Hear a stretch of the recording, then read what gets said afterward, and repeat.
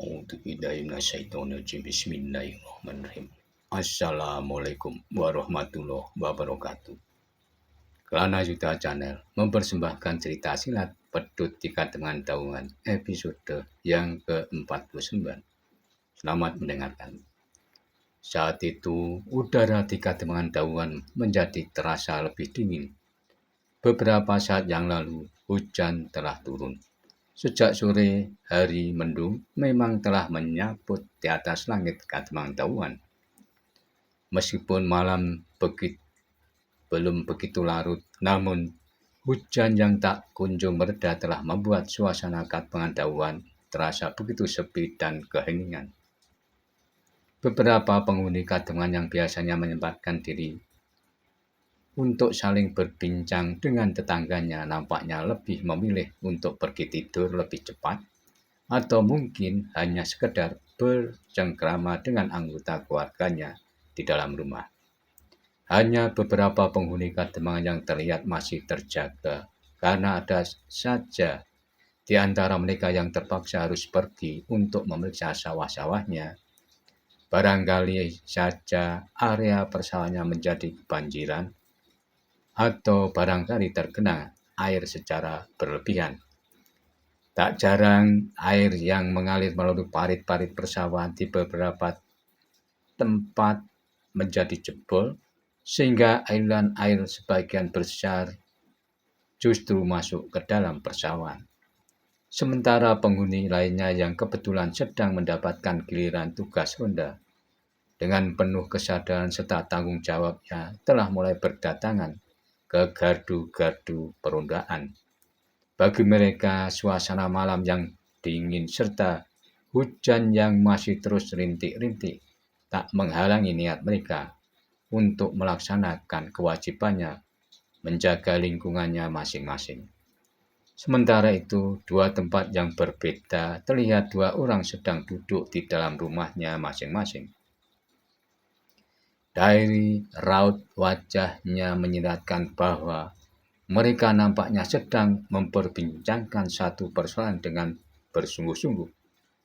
Di rumahnya, Kiai Bauwiryo terlihat tengah berbicara dengan seorang anak muda yang telah diakuinya menjadi kemenakannya yang sore tadi baru datang mengunjunginya. Sementara di sebuah rumah yang lain, Ki Wilogo terlihat sedang duduk berhadapan dengan Jatmiko, memperbincangkan satu persoalan yang berkaitan dengan perkembangan serta kemajuan dari seluruh rencana yang telah mereka susun bersama. Dengan nada yang bersungguh-sungguh, terdengar Jatmiko berbicara kepada Ki Wilogo. Bagaimanakah sikap dan keputusan dari Kedemang? Ki Demang akan mendukung rencana kita.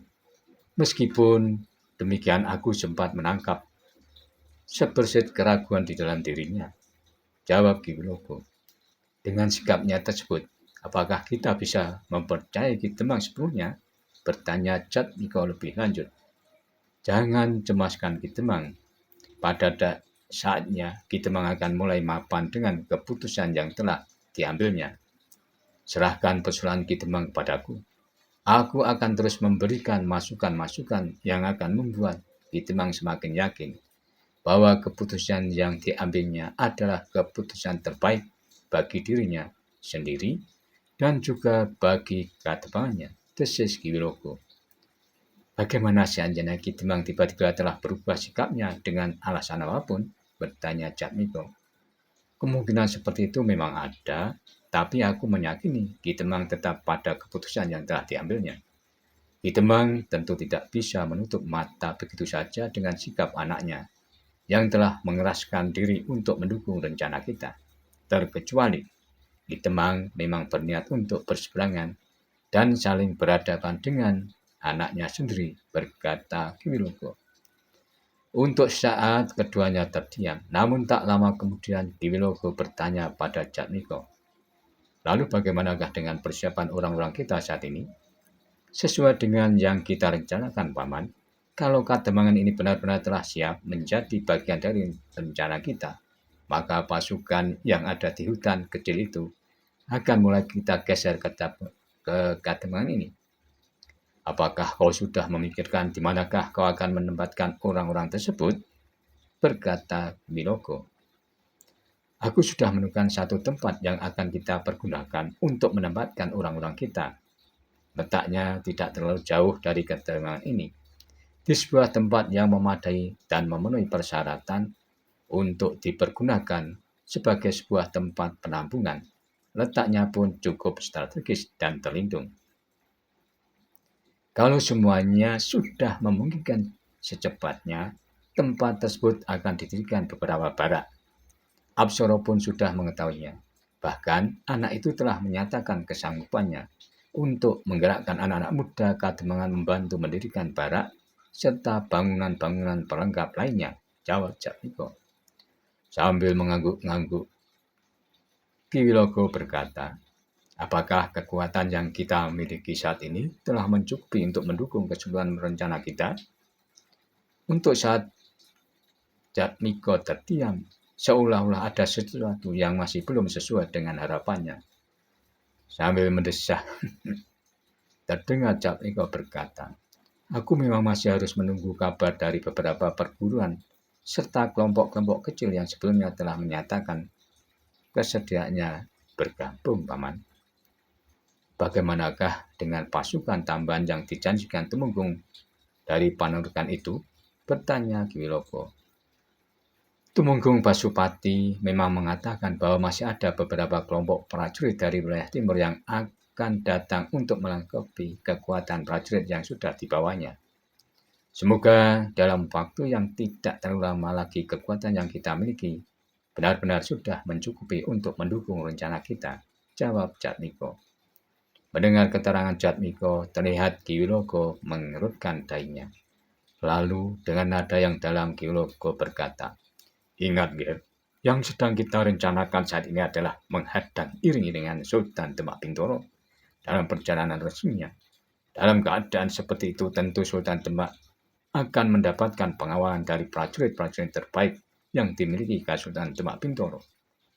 Kita telah mengetahui bahwa prajurit Demak adalah prajurit terbaik yang dibentuk berdasarkan latihan serta tempaan yang keras. Mereka memiliki pengalaman luas dan berbagai medan peperangan sekisruh apapun. Mereka pun merupakan prajurit yang memiliki pengalaman bertempur di atas lautan yang luas. Dan prajurit situlah yang akan melapisi perjalanan Demak Sultan Demak kelak. Para prajurit yang melakukan pengawalan perjalanan Sultan Demak Bintoro tentu tidak akan pernah sedikit pun memberi kesempatan kita untuk mendekati Sultan Demak meskipun untuk sekedar memegang ujung kain panjang sekalipun, berkata Ki Wilogo menguraikan penjelasannya. Sekilas Jatmiko menatap Ki Wilogo, lalu katanya, aku sependapat dengan Paman. Meskipun demikian, Paman pun tentu sependapat bahwa prajurit Demak Bintoro bukanlah prajurit yang tidak bisa dikalahkan.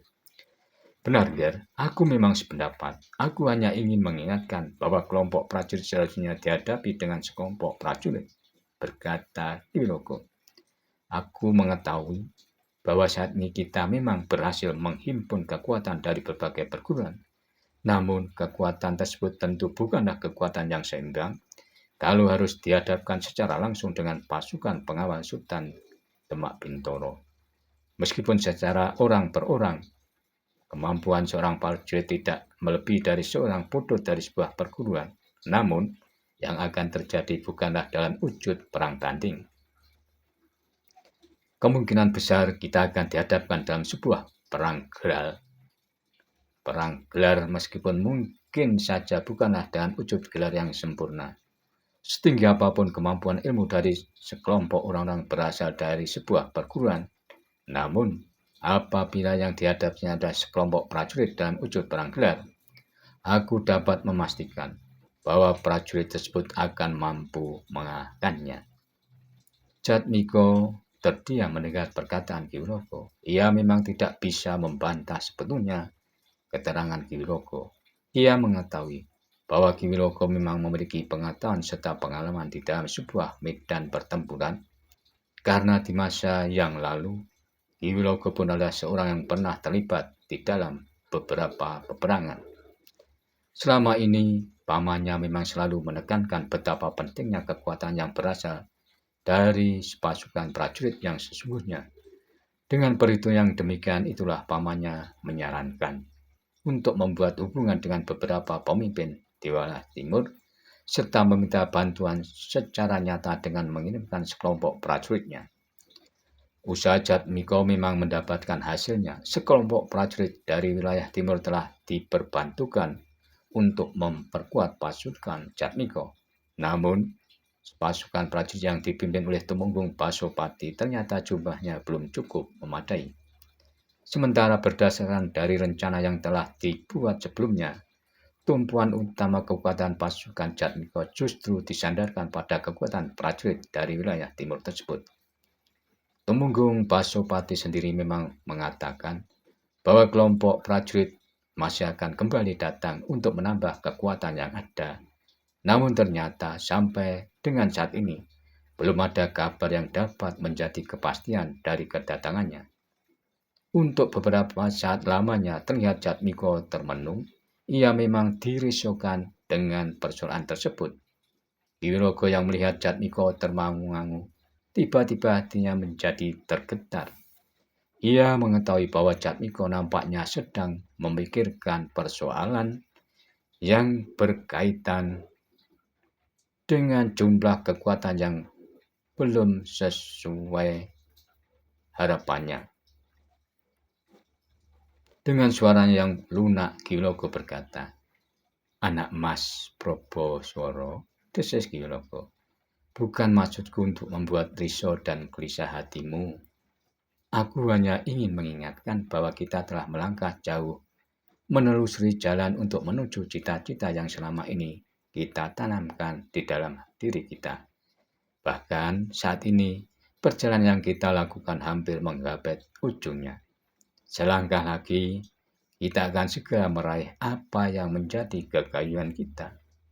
Meskipun demikian, di penghujung jalan itulah ujian terberat yang harus kita lalui.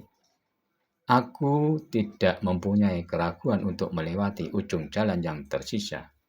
Bahkan aku meyakini kita akan mampu melewati asalkan segala langkah yang akan kita lakukan beralaskan pada perhitungan yang cermat dan penuh kehati-hatian.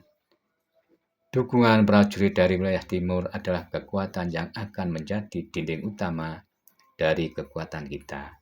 Untuk itulah anak Mas Probosworo harus mampu meyakinkan orang-orang yang selama ini telah memberikan kesanggupannya untuk mengirimkan prajurit-prajurit mereka. Kalau memang diperlukan, tidak ada salahnya anak Mas memberikan isyarat atau bahkan tekanan secara lebih bersungguh-sungguh agar mereka segera mengirimkan bantuan sesuai yang telah mereka janjikan. Jatmiko masih terdiam dalam keadaannya.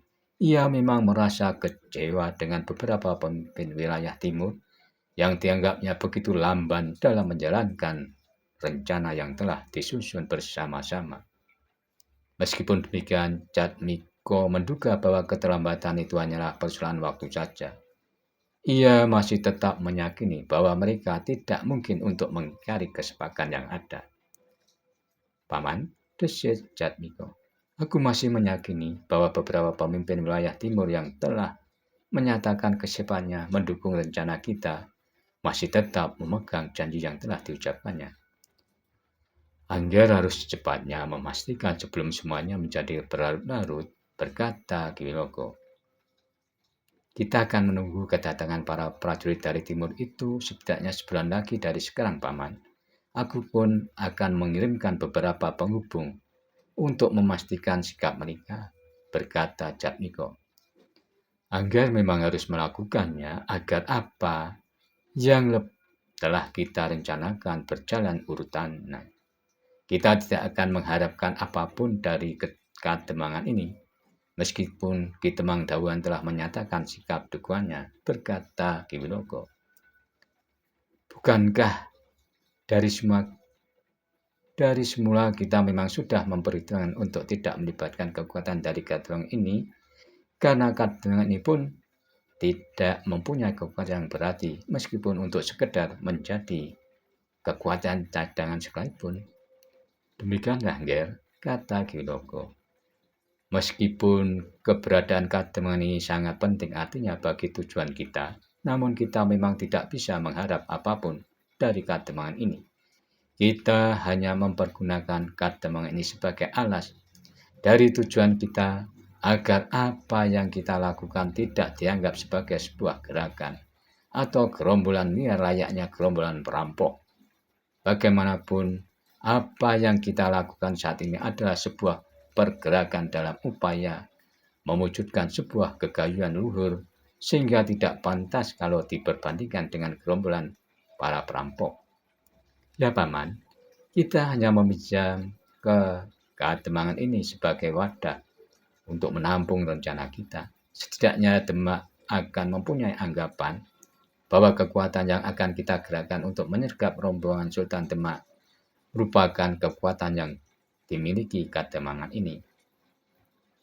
Jadi, apakah yang Angger lakukan dalam waktu dekat ini? Bertanya Ki Wilogo. Saat ini aku menunggu kedatangan Kebu Ireng. Seharusnya malam ini atau besok orang itu sudah datang menemuiku. Aku akan memerintahkan agar Ki Lurah Kelabang Koro segera mempersiapkan pasukannya untuk mulai dialirkan ke tempat ini. Aku sendiri akan mulai mempersiapkan untuk mendirikan barak-barak yang akan dipergunakan oleh pasukan yang akan datang. Pasukan itu harus diberangkatkan dalam kelompok-kelompok kecil secara bertahap agar tidak menarik perhatian siapapun yang kebetulan mengetahuinya. Namun demikian, aku harap Angger menunggu sikap yang pasti dari Ki Demang Dahuan dalam perusahaan ini, berkata Ki Wilogo. Aku akan mendesak Ki Demang untuk memastikan sikapnya, meskipun sebenarnya Ki Demang telah mengambil keputusannya. Tetapi Ki Demang memerlukan untuk menyampaikannya kepada Bebau Kademangan, agar keputusan Ki Demang dapat dijalankan oleh para Bebau Kademangan, berkata Ki Wilogo melengkapi keterangannya. Baiklah Paman, semoga sebulan dari sekarang pasukan itu sudah mulai bisa bergerak menuju Kademangan ini, jawab Jatmiko. Ketika keduanya bermaksud mengakhiri pembicaraan, tiba-tiba saja Jatmiko berkata, apakah Paman masih mengingat orang tua yang bernama Kiai Bawiryo? Kenapa dengan orang tersebut? Jawab Ki Wilogo sambil menundukkan dahinya. Sejak semula aku merasakan sesuatu yang kurang mapan dengan keberadaan orang itu, Paman. Apalagi sejak aku mengetahui kedatangan anak muda yang katanya adalah kemenakannya. Nampaknya ada yang perlu diketahui lebih dalam tentang keberadaan orang tua bernama Kiai Bawiryo tersebut, berkata Jatmiko. Dari mana kau mengetahui bahwa anak muda yang baru datang itu ada kemenakannya? Bertanya Ki Wilogo. Aku tidak sengaja mengetahuinya, Paman. Ketika aku dan Apsoro sedang melintas di depan rumah Kiai Bawiryo, aku melihat seorang anak muda berada di dalam rumahnya.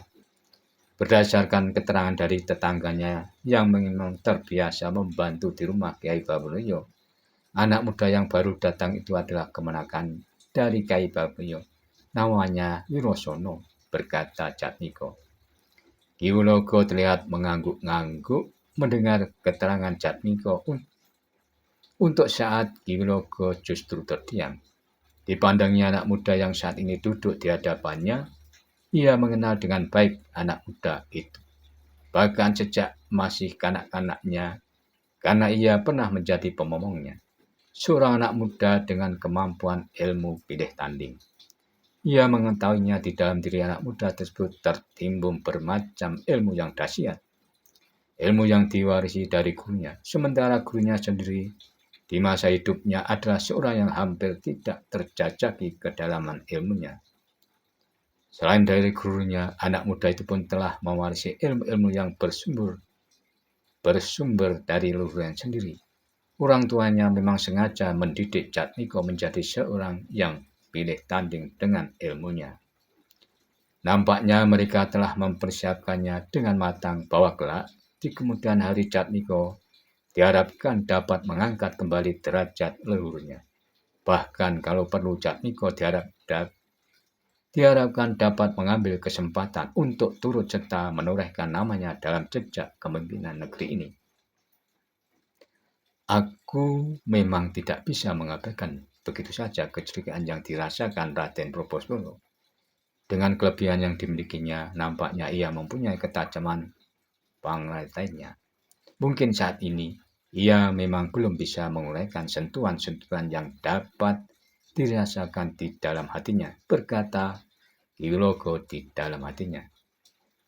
Lantas apakah rencana yang ingin kau lakukan terkait dengan keberadaan orang tua itu, Ger? Bertanya Kiwilogo.